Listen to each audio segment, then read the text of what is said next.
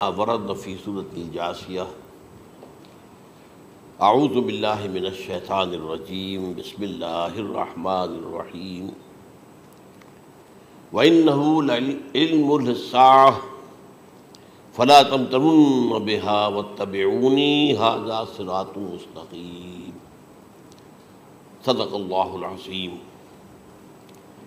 رب اشرح لی صدری ویسر لی امری واحلل عقدۃ من لسانی یفقہوا قولی اللہم ربنا الہمنا رشدنا واعذنا من شرور انفسنا اللہم ارنا الحق حقا وارزقنا اتباعہ وارنا الباطل باطلا وارزقنا اجتنابہ آمین یا رب العالمین۔ قادیانیت سے متعلق ایک بحث کا آغاز ہو گیا تھا، کیونکہ ہمارے علم میں یہ آیا تھا کہ قادیانیوں نے خاص طور پر ماڈل ٹاؤن کو اپنا ایک مرکز اور اپنا اڈا بنانے کا فیصلہ کیا، اور اس کا ہمیں تجربہ بھی حاصل ہو گیا۔ کچھ نوجوان اہل سنت کے نوجوان میرے پاس آئے تھے اور انہوں نے میری توجہ اس طرح منعطف کرائی کہ یہاں پر یہ اپنی جمعے کی نماز کے لیے اوپن گراؤنڈ استعمال کر رہے ہیں اور اس میں لگا لیتے ہیں پارٹیشن وغیرہ، اور بڑی یوں سمجھیے کہ بڑی مہم کے ساتھ دونوں طرف کی سڑکیں بند کر کے، اور جو بھی لوگ مسافر ہیں انہیں بھی دعوت دیتے ہیں کہ آئیں یہاں جمعہ پڑھیں، اور بعض لوگ مغالطے میں وہاں جمعہ پڑھ لیتے ہیں۔ تو اس کے حوالے سے انہوں نے کوشش کی کہ کچھ نہ کچھ اس سلسلے میں، کیونکہ انہوں نے مجھے لا کر قانون دکھایا۔ پاکستان میں جو قانون نافذ ہے وہ یہ ہے، چاہے یہ کہ وہ نافذ نہیں ہے بالفعل، لیکن ہے قانون کی کتاب میں تو موجود ہے کہ قادیانی اپنے کوئی جو بھی ان کے نزدیک بھی ان کے مذہبی شاعر ہیں ان کو مسلمانوں کی شکل میں برملا علی الاعلان ادا نہیں کر سکتے، کیونکہ وہ تو دھوکہ دونی بات ہو گئی کہ لوگ سمجھیں گے یہ مسلمان ہی ہیں۔ اب جب انہیں، آپ کو معلوم ہے کہ ہماری پوری جو مرکزی اسمبلی تھی، نیشنل اسمبلی، اس کے فیصلے کے تحت قرار دیا گیا بالاتفاق کہ قادیانی غیر مسلم ہے، دائرہ اسلام سے خارج ہے۔ یہ تو فیصلہ ہوا پارلیمنٹ کا اس بڑے پیمانے، بعد میں پھر ضیاء الحق صاحب کے زمانے میں یہ تو ہوا تھا، آپ کو معلوم ہے بھٹو کے زمانے میں، تو ضیاء الحق صاحب کے زمانے میں اسی کی گویا کہ فردر سٹیپ کے طور پر یہ بات طے کی گئی اور قانون بنا دیا گیا کہ وہ اپنی مسجد کو مسجد نہیں کہہ سکتے اور مسجد کی صورت پر نہیں بنا سکتے کہ گزرنے والے کو یہ خیال ہو کہ یہ مسجد ہے۔ اسی طرح وہ اگر کوئی اسلامی شاعر کا ارتکاب کریں گے علی الاعلان تو بھی یہ قابل تعزیر ہے، جرم ہے۔ وہ اپنے کئی احاطوں کے اندر، اپنے گھروں کے اندر جو چاہیں کریں، لیکن کھلے میدان میں آ کر جو شاعر اسلامی بہرحال ان لوگوں نے سب کچھ اڈاپٹ تو کر رکھا ہے۔ سب سے بڑی بات تو وہ ہے کہ انہوں نے ایک جھوٹے نبی کا اقرار کیا ہے کہ وہ نبی ہے، اس نے ہمارے درمیان فصیل حائل کر دی ہے۔ اب جو اس کو مانتے ہیں ان کے نزدیک ہم کافر ہیں۔ آپ کو معلوم ہے کہ یہ میں بیان کر چکا ہوں کہ حالانکہ قائد اعظم کا کتنا بڑا احسان تھا کہ چودھری ظفر اللہ خان کو انہوں نے فارن منسٹر بنایا پاکستان کا، لیکن جب ان کا انتقال ہوا ہے قائد اعظم کا تو اس کی جنازے کی نماز میں شریک نہیں ہوا، وہ شخص موجود رہا۔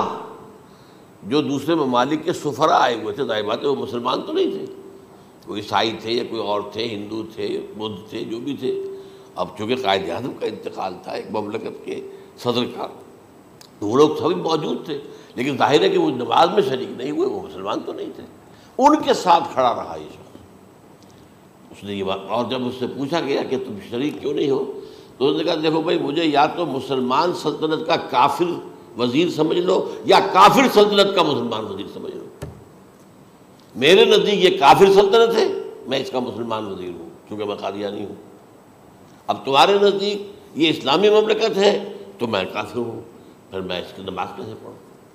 تو بہرحال ان چیزوں کی وجہ سے جو دھوکہ دینے والا معاملہ ہو گیا، ورنہ کوئی اور لوگ ہوں یہاں پہ، ہمیں ان سے تعارض نہیں ہے۔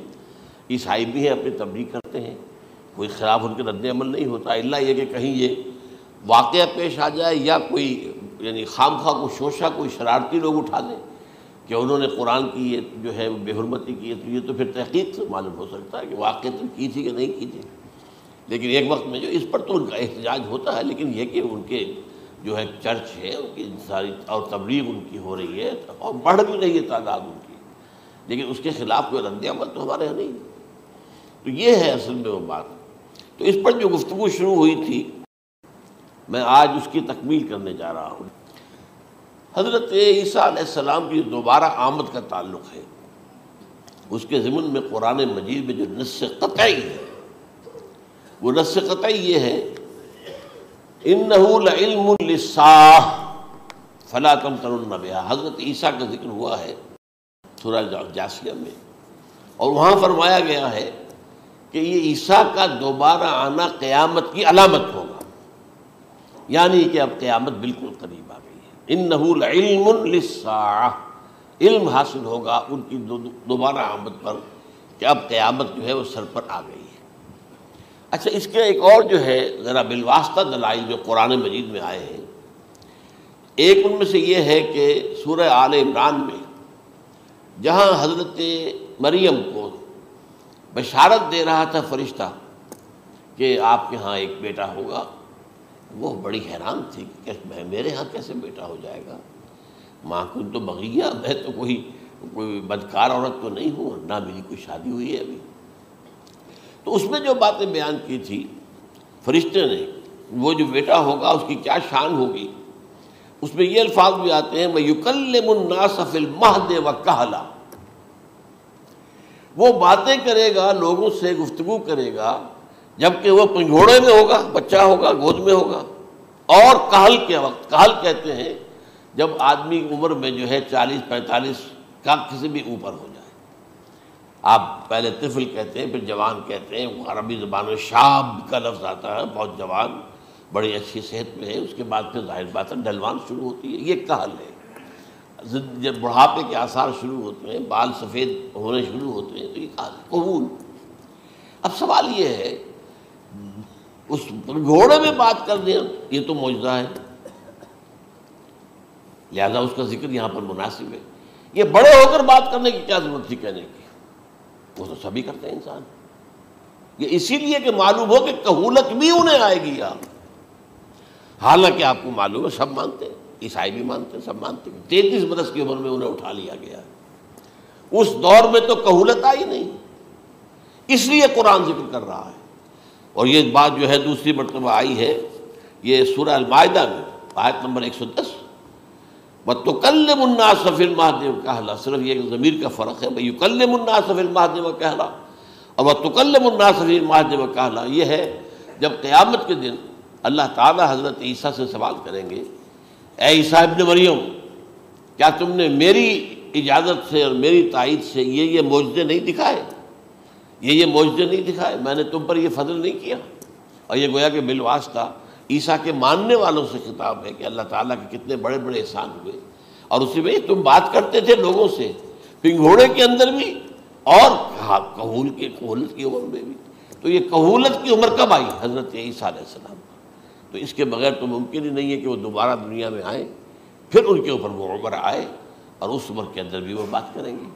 تو یہ میرے نزدیک قرآن مجید کے اندر دلائل ہیں اس چیز کے کہ حضرت عیسیٰ علیہ السلام کی دوبارہ جو ہے آمد ہوگی۔ اب اس ضمن میں چاہتا ہوں کہ آج خاص طور پر جو الساعہ کی اور جو علامتیں قرآن میں آئی ہیں، یہ ضمنی مضمون ہو جائے گا، لیکن بہرحال یہ بھی ایک معلوماتی مضمون ہے کہ ایک تو یہ قیامت کی بڑی نشانیوں میں سے حضرت عیسیٰ کا دوبارہ آنا، اور کیا کیا جو ہے باتیں بیان ہوئی ہیں وہ ذرا غور سے سن لیجیے۔ پہلی بات میں نے ہلکا سا حوالہ دیا تھا، ہم تو ایک لفظ قیامت بولتے ہیں، وہ قیامت جو ہے اتنا ہمارے نزدیک جامع لفظ ہے کہ جس میں وہ بھی جو زلزلۃ الساعہ آئے گا وہ بھی ہے، پھر جو نفخ روح نفخ ساق ہوگا وہ بھی ہے، لیکن قرآن مجید سے معلوم ہوتا ہے کہ یہ الساعہ ہے، وہ گھڑی جس دن کے یہاں قیامت برپا ہوگی، زلزلہ آئے گا، شدید ترین حالات آئیں گے، فوری طور پر تمام انسان مر نہیں جائیں گے۔ جو ہے اس کا نقشہ جو کھینچا گیا ہے، یا ایھا الناس اتقوا ربکم ان زلزلۃ الساعۃ شیء عظیم یوم ترونها تذہل کل مرضعۃ عما ارضعت وتضع کل ذات حمل حملها وتری الناس سکارى وما هم بسکارى ولکن عذاب اللہ شدید۔ اے لوگوں ڈرو، اللہ کا تقوی اختیار کرو، اس لیے کہ قیامت کا زلزلہ بہت سخت شے ہے، بہت بھاری شے ہے۔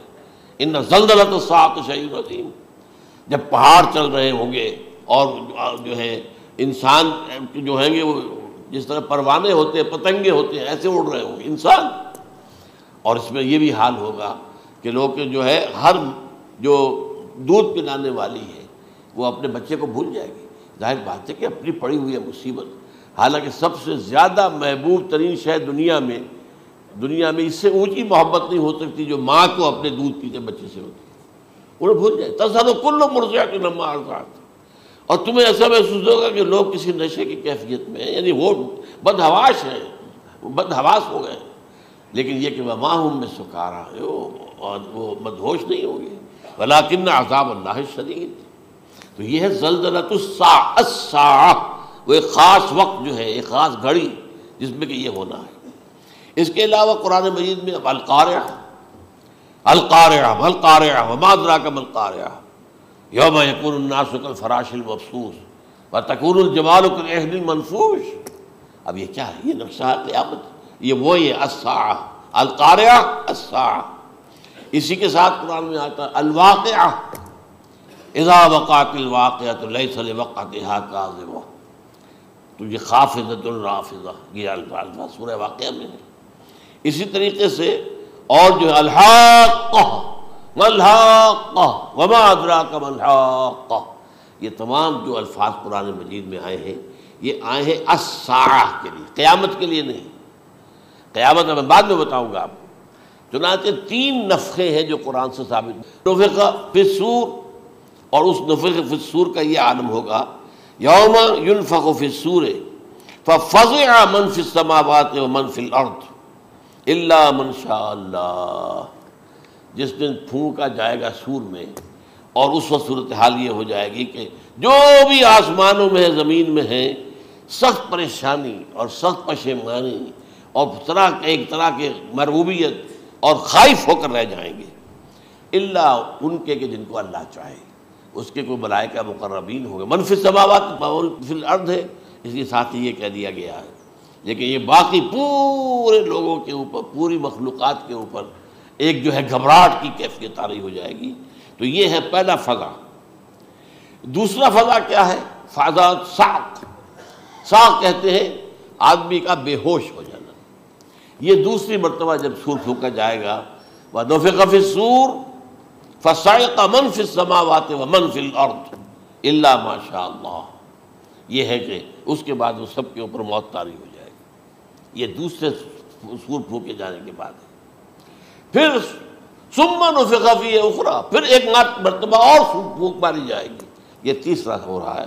فَإِذَا هُمْ قِيَامٌ يَنظُرُونَ، تو اچانک سب کے سب کھڑے ہوں گے اللہ کی طرف دیکھتے ہوئے۔ اب یہ جو ہے یہ ہے یوم القیامہ، قام یقوم قیامتاً، کھڑا ہونا، کیونکہ اس دن یوم یقوم الناس لرب العالمین، جس دن کے تمام انسان جو ہے کھڑے ہو جائیں گے اپنے رب کے حضور میں، جس کا نقشہ کھینچا گیا ہے اذا دکت الارض دکا دکا وجاء ربک والملک صفا صفا۔ تو یہ سب کے سب انسان بھی جو ہے موجود ہوں گے، فرشتے صفے باندھے ہوئے ہوں گے، اور اللہ تعالیٰ جو ہے اپنے خاص عرش کے ساتھ یحمل عرشہ ثمانیہ، 8 فرشتے اس عرش کو اٹھائے ہوئے ہوں گے، جبکہ یہ آسمان پھٹے گا اور اس روئے ارضی پر اللہ تعالیٰ کا نزول ہوگا۔ یہ جو ہے ہمارا یوم القیامہ یہاں ہے، یوم القیامہ ہی میں جو فیصلے ہونے یہاں ہونے، قصہ زمین برسر زمین، جو نیکیاں تم نے یہاں کمائی ہیں یا جو بدیاں تم نے یہاں جن کا ارتکاب کیا کا فیصلہ یہاں ہوگا۔ اس کے بعد واللہ عالم کچھ اور بھی چیزیں ہیں، لیکن یہ کہ وہ سب عام طور پر لوگوں کے علم میں نہیں ہے۔ میں نہیں چاہتا کہ خام خواہ کسی نئی بات سے کوئی جو ہے ذہنوں کے اندر کوئی تشکیک پیدا ہو جائے، شبہات پیدا ہو جائے، لیکن یہ چیزیں جو میں نے آپ سے عرض کی یہ از قرآن ثابت ہے، اسی زمین پر اترنا ہے۔ وجاء ربک والملک صفا صفا، یہ سب کے سب آئیں گے، اور ملائکہ، اور اس کے علاوہ جو ہے دوسرے مقامات پر جس کا نقشہ کھینچا گیا ہے سورۃ الحاقہ کے اندر ہے۔ اللہ کا عرش جو ہے 8 فرشتے اٹھائے ہوئے نیچے اتریں گے۔ تو یہ تمام چیزیں قرآن مجید میں مذکور ہیں، اور یوم القیامہ یہی ہوگا، لیکن وہ ہے یوم القیامہ۔ ہم قیامت کہتے ہیں اس کو جس کو قرآن کہتا ہے الساعہ، الزلزلہ، الحاقہ، القارعہ، الواقعہ، یہ ہے در حقیقت جو پہلا معاملہ ہے کہ اس کے اندر جو ہے فضا ہو جائے۔ اب دیکھیے جو علامات قیامت احادیث میں آئی ہیں وہ میں آج آپ کو سنا رہا ہوں۔ ان کو دو حصوں میں تقسیم کیا جاتا ہے، علامات صغریٰ، علامات کبریٰ۔ چھوٹی نشانیاں جو درجہ بدرجہ درجہ بدرجہ درجہ بدرجہ حاضر سامنے آئیں گے۔ ایک ہے بالکل قیامت سے متصل قبل بڑے جو خرق عادت واقعات ہوں گے وہ آئیں گے۔ اچھا، پہلی چیز کے سلسلے میں حضرت انس رضی اللہ تعالیٰ عنہ سے یہ مروی ہے اور یہ حدیث متفق علیہ ہے۔ پہلی علامت حضور نے بیان کی قیامت کی علامات میں سے، اب میں لفظ قیامت اسی معنی میں بول رہا ہوں جس میں کہ ہم عام طور پر بولتے ہیں۔ آپ نے فرمایا علم اٹھا لیا جائے گا، جہالت کا دور دورہ ہوگا۔ اب یہ کون سا علم اٹھایا جائے گا؟ سائنس کا علم نہیں، دین کا علم۔ آج تو ساری قدر و قیمت جو ہے جس کے لیے دوڑتے ہیں لوگ، لاکھوں روپے کی فیسیں دے کر ایم بی اے ہو رہے ہیں، یہ جو ہے اکاؤنٹنسی کا پاس کر رہے ہیں، یہ سی اے کر لیا ہے، یہ کوئی اور جو ہے فزکس میں، کوئی کیمسٹری میں ڈاکٹریٹ کر لی ہے، ڈاکٹر بن گئے تو کیا ہی کہہ رہے ہیں۔ اس لیے کہ بڑی چیز جو پاکستان سے ایکسپورٹ ہوتی ہے وہ ڈاکٹر ہیں۔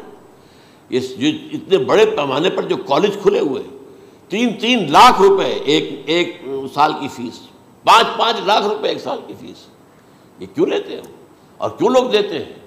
کہ موقع مل جاتا ہے ایم بی بی ایس کر کے۔ امریکہ کے اندر بھی ڈیمانڈ ہے، ان کے ہاں ڈاکٹر جو ہیں جتنے ہونے چاہیے نہیں ہے، لہذا اور بھی بہت سی جگہوں پر ڈیمانڈ ہے۔ تو جس چیز کی مارکیٹ میں ڈیمانڈ ہے وہ علم ہے۔ آج علم کمپیوٹر کا علم ہے یہ، حالانکہ ان میں سے کسی کے اوپر لفظ علم کا اطلاق میرے نزدیک غلط ہے، جہالت ہے۔ علم وہ ہے جو ذہن کو جلا دے، جو سوچ کو جلا دے، روشنی پیدا کرے، دماغی روشنی، وسعت دے، انسان کے فکر کو وسعت دے، اس کے ذہنی جو ہے جو افق ہے اس کو وسیع کرے۔ علم تو وہ ہے جو حقیقت کے کیا علم بھی اس سے عطا فرمائے۔ قرآن ہے، حدیث ہے، باقی اور چیزیں جو اس سلسلے میں آ سکتی ہیں وہ ہے کہ جو قرآن اور حدیث کی سمجھنے میں مومن ہوں اور زیادہ جو ہے اس کے تک فہم کو آسان کر دیں۔ لیکن یہ کہ فرمایا علم اٹھا لیا جائے گا، جہالت کو فروغ ہوگا۔ ظاہر بات ہے ایک ہی بات ہوئی ہے۔ دوسرے نمبر پہ یہ کہ جہالت کو فروغ ہوگا۔ نمبر 3 زنا کثرت سے ہوگا۔ نمبر 4 شراب نوشی عام ہو جائے گی۔ نمبر 5 عورتوں کی تعداد بہت زیادہ ہو جائے گی، مردوں کی تعداد کم ہو جائے گی، یہاں تک کہ 50 عورتوں کا خیر خبر کرنے والا، کوئی نگرانی کرنے والا، وہ ایک مرد۔ اچھا، یہ تو ہے ایک حدیث جو میں نے آپ کو بیان کر دی، متفق علیہ، یہ بخاری اور مسلم دونوں میں ہے۔ دوسری حدیث بخاری کی ہے، اس کو حضرت ابو ہریرہ رضی اللہ تعالیٰ عنہ نے روایت فرمایا ہے، قیامت آئے گی جب امانت ضائع ہو جائے گی۔ آج ہمارے ہاں امانت کے ضائع ہونے کا جو نقشہ ہے شاید پوری دنیا میں کہیں اور نہیں۔ جس طرح کے غبن یہاں ہوتے ہیں، جس طرح کک بیکس جو ہے وہ لیے جاتے ہیں، اس غریب یعنی قوم غریب ہے لیکن یہاں وہ امیر بہت بڑے بڑے لوگ ہیں، وہ تو دنیا بھر کے ٹاپ کے امیروں کے اندر ان کا شمار ہو جائے گا۔ لیکن یہ کہ یہ سب امیر کیسے بنے؟ غبن بلین آف ڈالرز کا، اب تو اس سے کم کی تو بات ہی نہیں ہوتی۔ فلاں نے اتنے بلین جو ہے پیسے اپنا جو ہے قرضہ معاف کرا لیا۔ بھائی کس نے کیا، کون کرتا ہے معاف؟ یہ کسی کے باپ کی جاگیر ہے؟ یہ پیسہ بینک کے اندر حکومت کا ہے کہ حکومت کو اختیار ہو کے وہ رائٹ آف کر دے ان کے جو ہے ان کی جائیدادیں کرو ضبط۔ لیکن ہوتا کیا ہے، بینک آفیسر بے ایمان ہے، وہ کہتا تھا 1 کروڑ کا قرضہ لے جاؤ، 10 لاکھ مجھے دے جاؤ، چاہے تم میرے پاس کوئی ڈاکومنٹ جو ہے ایسے نہیں دے سکتے، حالانکہ ہونا چاہیے۔ اتنا بڑا قرضہ لے رہے ہو تو ڈاکومنٹس یہاں پر ہمارے سامنے لاؤ کہ اگر تم نہ دے سکو تو ہم ان ڈاکومنٹس کے ذریعے سے تمہاری جائیداد، تمہاری کوئی جاگیر، تمہاری کوئی اور چیز اس کو قبضہ کریں۔ جب وہ وقت آتا ہے دیکھتے ہو تو یہ ڈاکومنٹس ہی فیک ہیں۔ اللہ خرچ کیا کرے گا کوئی؟ بینک کا باپ بھی واپس نہیں لے سکتا۔ اور یہ سب کس کی بے ایمانی ہے؟ وہ جو بیٹھا ہوا بینک مینیجر، سارا سودا اس کے ماں باپ ہوتا ہے۔ کہ 1 کروڑ ہے نا، 10 لاکھ مجھے دو، 90 تم لے جاؤ، باقی یہ کہ ٹھیک ہے میں تمہارے جو ڈاکومنٹس تم پیش کر رہے اس میں کوئی اعتراض نہیں کرتا، بس جاؤ۔ اور نمبر 2، حکومت نااہلوں کے سپرد ہو جائے گی۔ یہ ہے امام بخاری کی روایت کردہ روایت جو حضرت ابو ہریرہ سے۔ مسلم شریف میں ابو ہریرہ رضی اللہ تعالیٰ عنہ سے ایک اور روایت ہے، مال عام ہو جائے گا یہاں تک کہ زکوٰۃ قبول کرنے والا کوئی نہ ہوگا۔ یہ بات وہ ہے جو آج سعودی عرب اور UAE کے اندر آپ کثرت سے دیکھ سکتے ہیں۔ دولت جو ہے وہ ریل پیل، ابھی تھوڑا سا آیا ہے معاملہ خاص طور پر دبئی میں، کیونکہ وہاں بہت زیادہ کنسٹرکشن ہو رہی تھی، تو پوری دنیا میں آپ کو معلوم ہے کہ جو ریئل اسٹیٹ کہلاتا ہے اس کا حال بہت پتلا ہے، لیکن وہاں کے دولت ریل پیل ہے ہر جگہ پر۔ اور سب سے اہم متفق علیہ روایت، متفق علیہ کیا، وہ تو حضرت عمر سے بھی مروی ہے، ابن عمر سے بھی مروی ہے، ابن عباس سے بھی مروی ہے، ابو ہریرہ سے بھی مروی ہے، عبداللہ ابن مسعود سے بھی مروی ہے رضی اللہ تعالیٰ عنہ اجمعین۔ اور یہ وہ حدیث ہے جسے کہا جائے حدیث جبرائیل، جسے ام السنہ بھی کہا گیا۔ اس میں جو آخری سوال کیا حضرت جبرائیل نے حضور سے، چوتھا، پہلا یہ تھا کہ اسلام کیا ہے مجھے بتائیے، ایمان کیا ہے، اس کی حقیقت کیا ہے یہ مجھے بتائیے، تیسرا احسان کیا ہے یہ بتائیے، چوتھا یہ کہ قیامت کے بارے میں بتائیے کب ہوگی۔ حضور نے فرمایا کہ اس کے بارے میں جس سے سوال کیا جا رہا ہے وہ اس سے زیادہ نہیں جانتا جو کہ سوال کر رہا ہے۔ اب اس کے کئی مفہوم ہو سکتے ہیں کہ بہرحال یا تو حضرت، چونکہ بعد میں معلوم ہوا کہ حضور نے پہچانا نہیں کہ یہ جبرائیل ہے، بلکہ جب سوال جواب ہو کر وہ چلا گیا شخص تو اچانک حضور کے ساتھ ذرا ردو ہو ہی لیا، ذرا بلانا اس کو دوبارہ لانا۔ اب جو دیکھا کہ یہ وجود ہی نہیں اس کا، آسمان نے اس کو چکھ لیا، زمین نے نگل لیا، کیا ہوا ہے؟ پھر آپ نے او یہ جبرائیل تھے جو تمہیں تمہارا دین سکھانے آئے تھے جبکہ تم سوال نہیں کر رہے ہو۔ یہ بڑے بیسک کوسچن تھے، اس لیے کہ دنیا کے ہمارا نظام اسلام پر ہے، ایمان پر نہیں ہے، اس لیے کہ ایمان کو ویریفائی کر ہی نہیں سکتے۔ کیسے پتہ ہوگا اس میں ایمان ہے یا نہیں ہے؟ کوئی آلہ نہیں ہے، کوئی الیکٹروکارڈیوگرام ابھی تک ایسا نہیں ہے، کوئی جو ہے اور جو طریقے چل رہے ہیں وہ تو ان کے ذریعے سے یہ تو نہیں معلوم ہو سکتا ایمان ہے کہ نہیں۔ لہذا یہاں کا سارا نظام اسلام پر ہے، شہادت اللہ الہ الا اللہ وان محمد رسول اللہ، پھر ایک نظام بنا دیا، وإقام الصلاۃ وإیتاء الزکوٰۃ وصوم رمضان وحج البیت۔ اس میں بھی یہ ہے کہ اگر کوئی نماز کو نہیں مانتا تو کافر ہوگا، لیکن نماز پڑھتا نہیں ہے تو کافر نہیں ہے، فاسق ہے، فاجر ہے، گناہ گار ہے، کمزور مسلمان ہے۔ اس طرح زکوٰۃ کا منکر ہو جائے گا تو وہ کافر ہوگا، لیکن زکوٰۃ دے نہیں رہا ہے تو یہ گویا کہ گناہ گاری ہے، کمزوری ہے۔ تو اس حوالے سے نوٹ کر دیجئے کہ یہاں کا دنیا کا سارا اسلامی نظام اور سارا کانسٹیٹیوشنل اور لیگل سسٹم جو ہے اسلام کا وہ اقرار باللسان پر ہے، ایمان ہے وہ کہ جس کی بنیاد پر وہاں فیصلے ہوں گے۔ یہاں کوئی شخص مسلمانوں کا بڑا لیڈر ہے، بڑا علامہ ہے، بڑی اس کی قدر و منزلت ہے، اس کے ہاتھ چومے جا رہے ہیں، پاؤں چومے جا رہے ہیں، ہو سکتا ہے وہاں کہا جائے دفع ہو جاؤ، تمہارے دل میں ایمان نہیں تھا، تم نے یہ سب کچھ کیا تھا اس لیے کہ کہا جائے کہ بڑے عالم ہو، اور یہ کہا جا چکا فقط قیل، اب یہاں کچھ نہیں ہے تمہارے پاس۔ پھر فرشتوں کو حکم ہوگا کہ اس کو گھسیٹتے ہوئے جہنم میں ڈال دیں۔ 3 باتیں بیان کی آپ نے، یہی حشر اس کا ہوگا مالدار کا۔ اللہ پوچھے گا میں نے تمہیں بہت مال دیا، تم نے کیا کیا؟ وہ کچھ گنوانا شروع کرے گا، اللہ فرمائے گا جھوٹ بول رہا، قذبت، تم نے یہ خیرات و صدقات اس لیے کیے تھے کہ تمہاری سخاوت کے ڈنکے بج جائے، تعریفیں کی جائے، وہ کی جا چکی ہے، دنیا میں ڈنکا بج گیا، یہاں کچھ نہیں ہوا، وہ نیت دل میں کچھ اور تھی تمہارے۔ میں لیس البر ان تولوا وجوہکم والا قرآن مجید کا سبق ہمارا منتخب نصاب کا نمبر 2 بڑی تفصیل سے بیان کیا۔ یہی معاملہ ہوگا اس عالم کا، اللہ فرمائے گا میں نے تمہیں علم دیا، تم نے، وہ کہے گا میں نے علم پھیلایا لوگوں میں ہدایت کی، جھوٹ بول رہے ہیں، تم نے تو صرف اس لیے کیا تھا، تمہاری نیت یہ تھی کہ بڑا عالم شخص ہے، بڑا فاضل شخص ہے، تو یہ سب کہا جا چکا۔ تو وہاں کا معاملہ جو ہے وہ اسلام پر نہیں ہے، یا آپ دکھائیں گے دیکھیے یہ میرا آئیڈینٹی کارڈ، اس پہ اسلام میرا مذہب لکھا ہوا ہے، یا یہ میرا پاسپورٹ ہے، آئیڈینٹیفیکیشن کے لیے دنیا میں عام طور پر یہ چیزیں ہوتی ہیں، کوئی تعلق نہیں۔ آخرت کا معاملہ کسی اور شے پر ہے، وہ تو ایمان دل میں ہے، اور تمہارے تمام جو حرکات ہیں، اعمال ہیں، ان سب کے اندر جب تک کہ اصل جو قوت متحرکہ ہے وہ اللہ کی محبت نہ بن جائے. اخلاص للہ، بحب اللہ للہ، اور یہ کہ یہ تمام چیزیں جیسا کہ فرمایا، ایک حدیث بڑی پیاری ہے، ایمان کی تکمیل کی علامت کیا ہے؟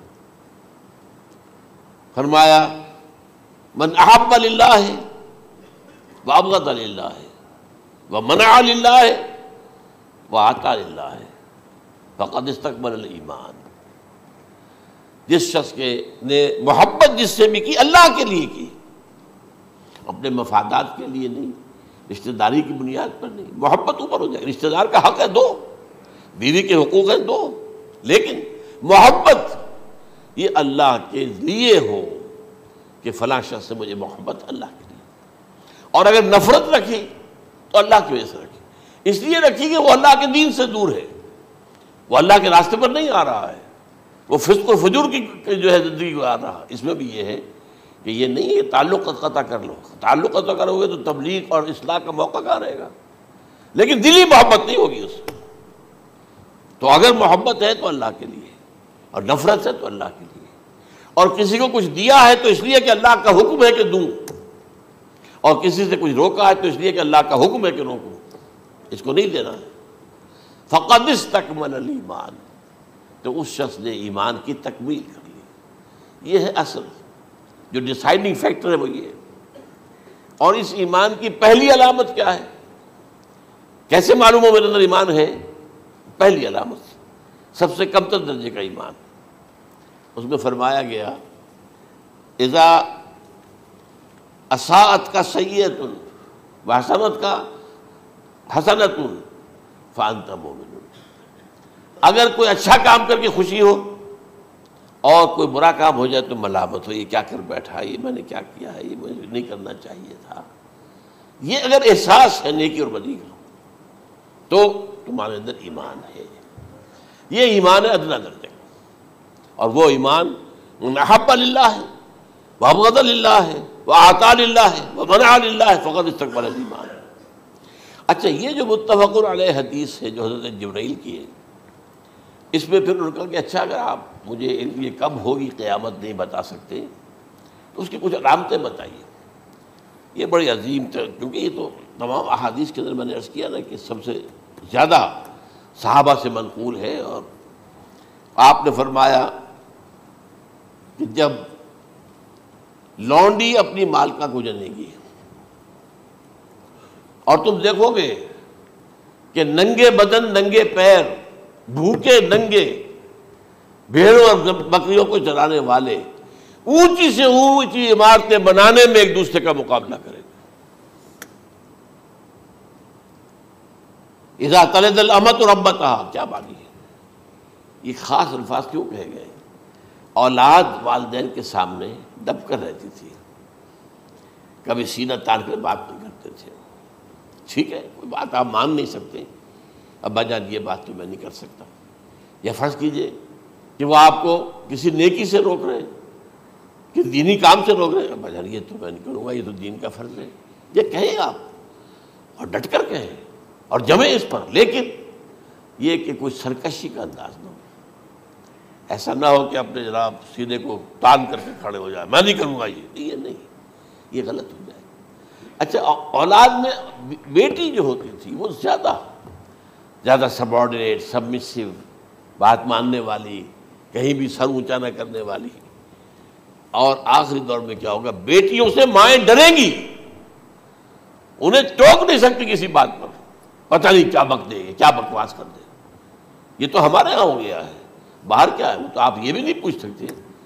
آپ کی 13 برس کی لڑکی آئی ہے رات کو 1 بجے، نہیں پوچھ سکتے کہاں رہی ہو، یہ رات کہاں گزاری، پوچھ ہی نہیں سکتے. یہ پوچھنا بھی جرم ہے. اپنے چھوٹے بچے کو آپ نے ایک تھپڑ مار دیا، تہذیب ہے، سکھانا ہے، غلط کام کیا ہے، اس کی سرزنش ہو رہی ہے، فوراً وہ اگر ایک فون کر دے گا پولیس آئے گی، بچے کو لے جائے گی، اسے لا کر کہیں اور جو ہے ڈپازٹ کرے گی اور آپ پر مقدمہ چلے گا، آپ کو اس کی سزا بھگتنی ہوگی. ظاہر بات ہے کہ پھر وہاں سرکشی کا کیا عالم ہوگا. پھر اولاد کہاں سر جھکائے گی، کس درجے میں جھکائے گی؟ اس کی تربیت عثمانی ہوئی نہیں. تو ان تلد الامۃ ربتہا، گویا کہ بیٹی کے نزدیک ماں جو ہے وہ ایسی ہو جائے گی جیسے لونڈی. گویا کہ لونڈی نے ایک اپنی مالکہ کو جنم دیا ہے، بیٹی مالکہ بن جائے گی اور ماں جو ہے لونڈی بن جائے گی، اور دولت کے ریل پیل کا ابھرتا دکان، یہ جو بھوکے ننگے اور مفلس، کیا حال تھا 100 برس پہلے، انہیں کھانے کو کچھ نہیں ملتا تھا۔ یہ مشرقی ساحل پر تھے، یہ سوائے یہ کہ مچھلیاں پکڑ لی، اللہ خیر اللہ وہ کھا لی، یا کہیں ان کو بیچ دیا، کوئی بنڈی لگ گئی، بنڈی لگ جاتی تھی وہاں، اور کیا تھا۔ اور مغربی ساحل پہ کیا ہوتا تھا، ساری ان کی معیشت حج کے گرد گھومتی تھی، حاجی آئے ہیں، خریداریاں کر رہے ہیں، اور آپ کو معلوم ہے پوری دنیا سے مال پہلے بھی پہنچتا تھا وہاں، آپ کو جو ہے ہر ملک کے ہر کونے کا پھل وہاں مل جائے گا آج بھی۔ اور وہاں پر یہ ہے کہ سب سے بڑی بدوؤں کے لیے سب سے بڑی بات کیا تھی، قربانی کا گوشت، اسے وہ سکھاتے تھے، سخت چمڑے کر کے کھاتے تھے، یہ ان کا حل تھا۔ آج جا کر دیکھیے نئے شہر بن رہے ہیں، امریکنز کو کانٹریکٹ دیے جا رہے ہیں، بالکل ماڈرن شہر بنا دو، ایک ایبسلیوٹلی ماڈرن شہر جو ہے، وہ جو مشرقی ساحل کے اوپر جو پہلے سے آرام کو سٹی ہے، امریکن سٹی ہو، اس کے اندر کوئی سعودی بھی داخل نہیں ہو سکتا سوائے جس کے پاس اس سٹی کی طرف سے لائسنس نہ ہو، اور اس کی چار دیواری کے اندر، چار دیواری کیا فصیل کے اندر کہی ہے، جو چاہو کرو، کوئی تم پر پابندی نہیں، ننگے نہاؤ، تالاب ہے نہا رہے، ننگی عورتیں ننگی مردیں نہا رہے، کوئی پوچھنے والا نہیں۔ اب اسی قسم کا ایک سٹی آباد ہونا جا رہا ہے مغربی ساحل پر، جدہ اور ینبوع کے درمیان، اور اس میں اصل میں جتنی بھی دولت ہے جو پیٹرول کی ہے، وہ وہیں پر رکھ لی جاتی ہے امریکہ کے اندر، تاکہ امریکہ جو ہے ایسے ایسے پروجیکٹ بنا کر جب تمہیں دے گا تو اس میں سے پیسے دے گا، وہ نہیں ملتی ان کو واپس۔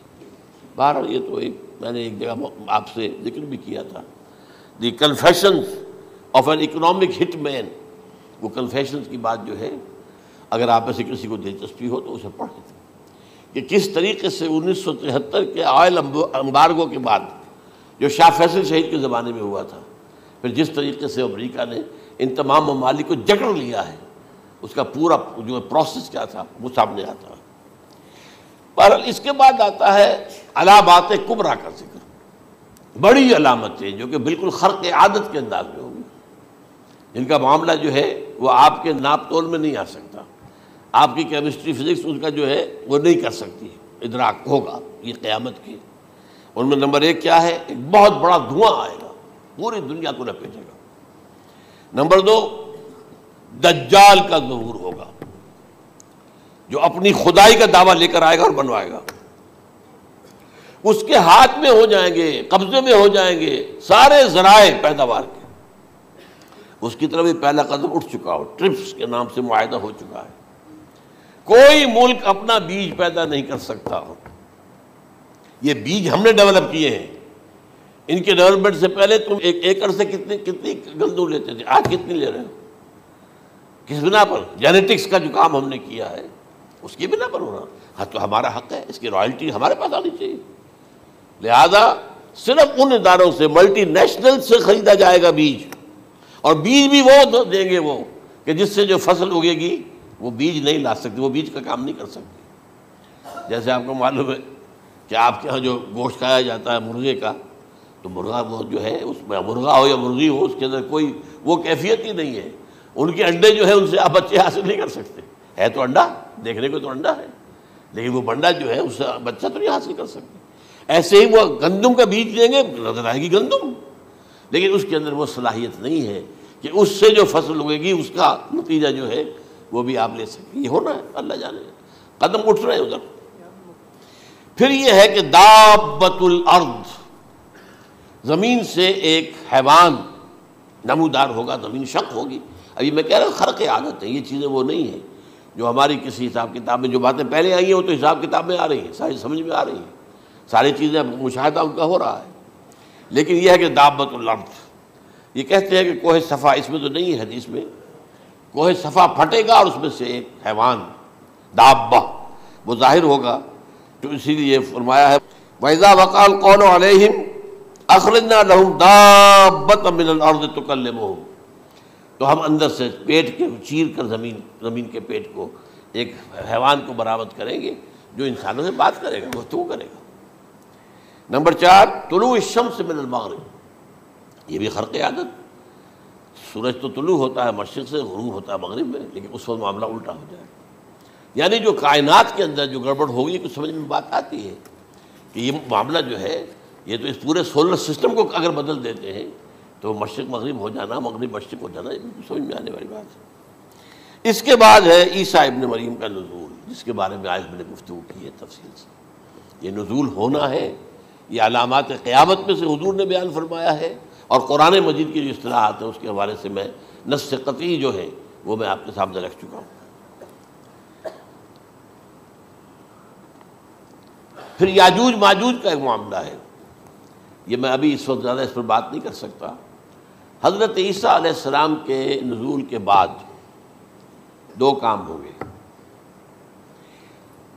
یہودیوں کا قلع قمع ختم، تمام یہود، ایک کام تو یہ ہونا ہے، اور نمبر 2 عیسائیت کا ختم ہو جانا، عیسائیت کی نفی کر دیں گے، بھائی میں تم مجھے خدا کا بیٹا بنائے بیٹھے ہو، میں تم خدا کا بیٹا نہیں ہوں، میں تو اس کا بندہ ہوں، رسول ہوں، میں نے تم سے کب کہا تھا کہ مجھے خدا کا بیٹا بناؤ۔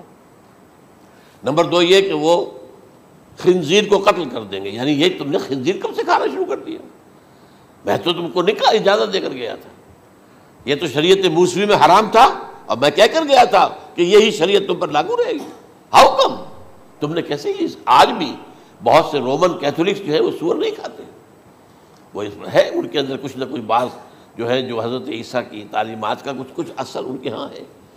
میں تو ایک مرتبہ، یہ 1971 کی بات ہے، 4-5 دن کے لیے برسلز میں رکا تھا، اس لیے کہ وہاں مجھے ایک صاحب نے خط لکھا تھا کہ وہاں ایک نوجوان ہے، ابھی اس میں ایمان لایا ہے، اور اس کے کچھ مسائل ہیں، ہم کوشش کر رہے ہیں ان کے مسائل حل کریں، آپ بھی جا رہے ہیں۔ میں انگلینڈ جا رہا تھا تو واپسی پر آپ ان کے یہاں چند دن ٹھہرے، میں حیران ہوا، ویسے اس نے مجھے اپنے گھر ٹھہرایا نہیں، اس لیے کہ ماں باپ تو اس کے کرسچن تھے، اور پولیس کا چیف آفیسر اس کا باپ تھا، چیف آف پولیس فورس۔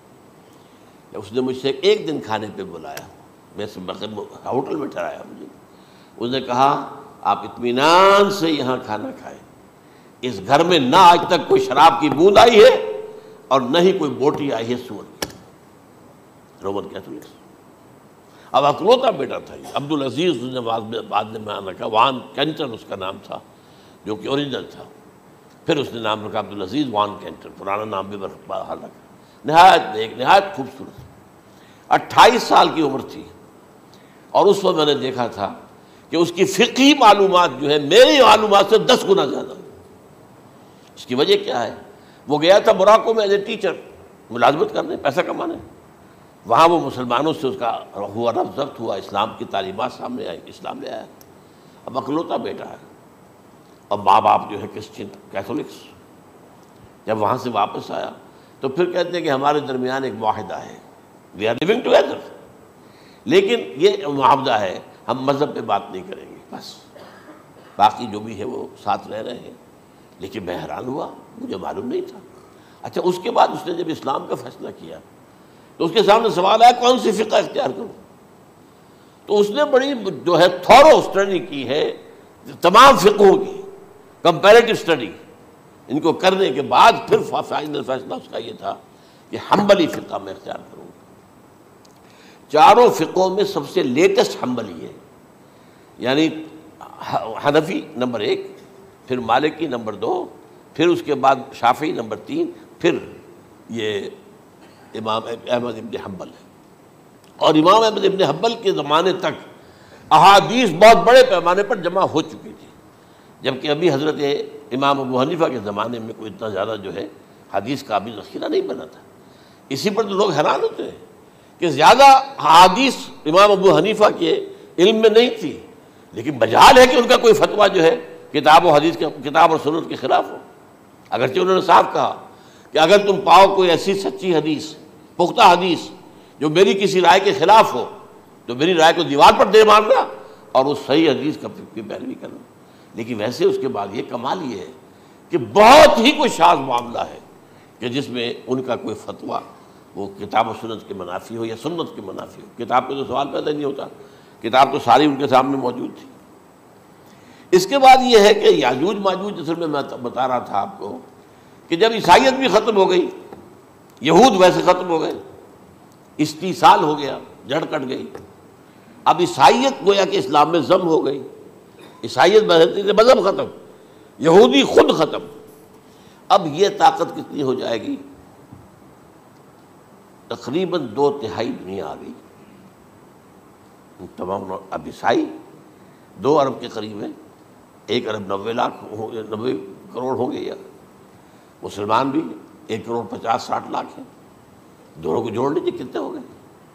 6 ارب کل آبادی ہے۔ لیکن اس کے بعد آتا ہے یاجوج ماجوج کا خروج۔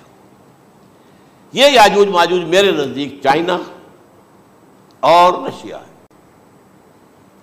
ان کی مجموعی طاقت اتنی ہوگی، اور یہ اس طرح آئیں گے ہر اونچائی پر سے اترتے ہوئے، پھسلتے ہوئے۔ جیسے 1962 میں جب وار ہوئی تھی بٹوین چائنا اینڈ انڈیا 1962 میں، تو وہ اس وقت کا نقشہ جو آج بھی اخبارات میں پڑھتا تھا تو یاد، waves after waves of Chinese soldiers were coming down the slopes of Himalayas۔